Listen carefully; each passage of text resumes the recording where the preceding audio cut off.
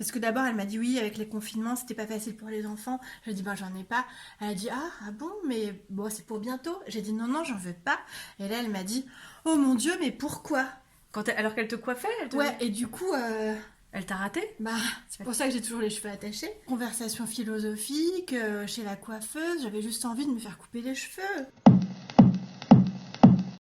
Quelles sont les réflexions que t'entends quand tu dis que tu veux pas d'enfant qui te gênent?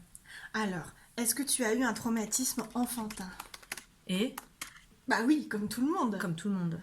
Mais beaucoup de gens traumatisés ont des enfants quand même, donc c'est pas le problème. Oui. Je vais te filer la carte de mon psychiatre. Pour finalement dénouer ce nœud qui fait que tu n'as pas d'enfant, on va te Voilà, soigner c'est ça. mentalement. Ce qu'on me dit souvent, c'est « Mais mes enfants, c'est ma raison de vivre !» Voilà. Sous-entendu, tu n'as pas de raison de vivre puisque tu n'as pas d'enfant. Voilà. Et c'est quoi ta raison de vivre alors? Ben, j'aime bien vivre pour moi. Oui, mais quand tu te supportes plus toi-même, pour qui tu es obligé de faire l'effort de vivre? Ben, en fait, je m'aime. Ah, mais c'est bien. On m'a aussi dit « Autant prendre le bouillon d'11 heures. » Le bouillon d'11 heures est tout simplement une boisson empoisonnée.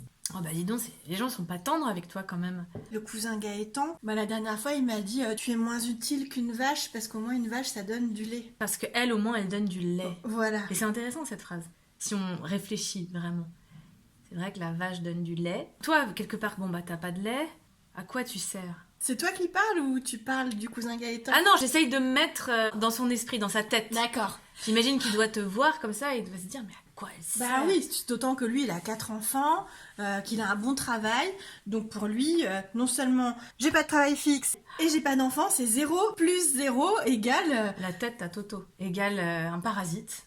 Elle est là, elle butine, elle fait sa belle, elle picore. La belle vie, hein, la Dolce Vita. Oui, c'est vrai que Bah à un moment donné, il faut que t'en chies un peu comme les autres, sinon c'est vrai que tu nous emmerdes avec ton bonheur à la con là. je me voyais un peu comme un poème. Tu sais, la poésie, c'est pas utile, mais ça a le mérite d'exister. Oui, quand c'est bien écrit, sinon il y a des poèmes qui sont à chier. C'est peut-être qu'un petit Haïku? 3 pauvres phrases. Une fleur. Enfin bon, je disais pas ça pour te mettre la tête dans le trou. Autre argument. C'est le plus grand amour qu'on puisse connaître, on me dit. Ouais.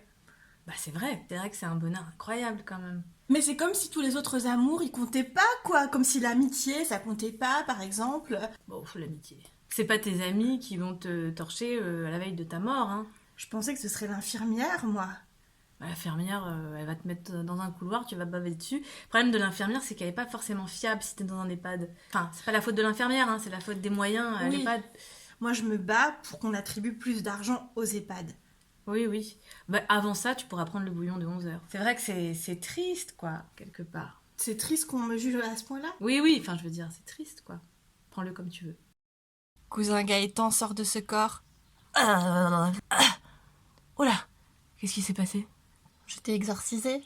Il était à l'intérieur. Oui. J'ai senti, là.